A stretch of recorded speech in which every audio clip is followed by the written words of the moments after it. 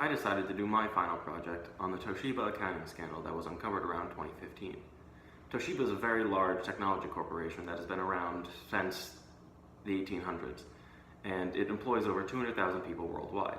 And in 2008, during the global economic crisis, it was hurt very bad. Now, the CEO at the time, Asatoshi Nishida, started a failure is not an option policy to make up for the losses, meaning if people could not meet the deadlines, they would be fired. This practice continued under the next two CEOs, Norio Sasaki and Hisao Tanaka, and it was under Tanaka that this $1.2 billion accounting scandal was uncovered. Now, what interests me about this case is how they went about it.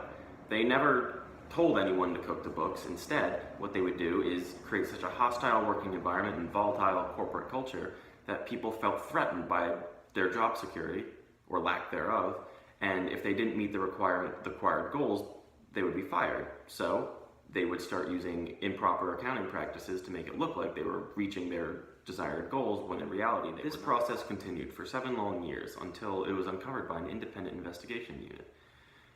This caused the current CEO, Hisao Tanaka, and his former CEO, which is now the vice chairman, to resign. Another reason this case interests me is because it shows what different companies do in similar situations. For example, American Airlines, when they were faced with almost bankruptcy, decided to take pay cuts across the board, including top executives.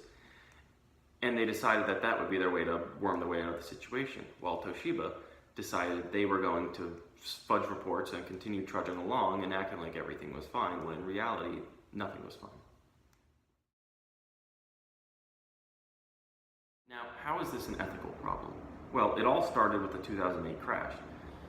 The company was left in a very hard place, and the CEO had a decision to make, and instead of making a decision that would be an ethical one, whereas taking the hits, maybe taking some pay cuts, he decided to rule with an iron fist. Now, the CEOs created a work environment where the workers themselves felt threatened by the CEOs, where if they didn't meet the required goals or standards that they set, they would be fired. So they were left with very few options.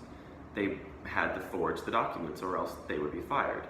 Now, they didn't have to forge the documents, but they were pushed into a corner and pushed between a rock and a hard place. So workers aren't completely blameless. They were put under enormous pressure, but they could have reported the findings honestly and taken the punishment that the CEOs would have dished out.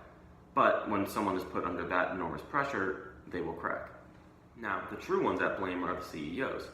They faced a very harsh financial crisis, and instead of handling it accordingly and maturely as a CEO should, they acted very cowardly and bullied their own employees into using underhanded tactics to make the company seem like it was doing better than it was, instead of just swallowing their pride and admitting that their company was doing poorly. Now, it is easy to see how unethical the CEO's actions were.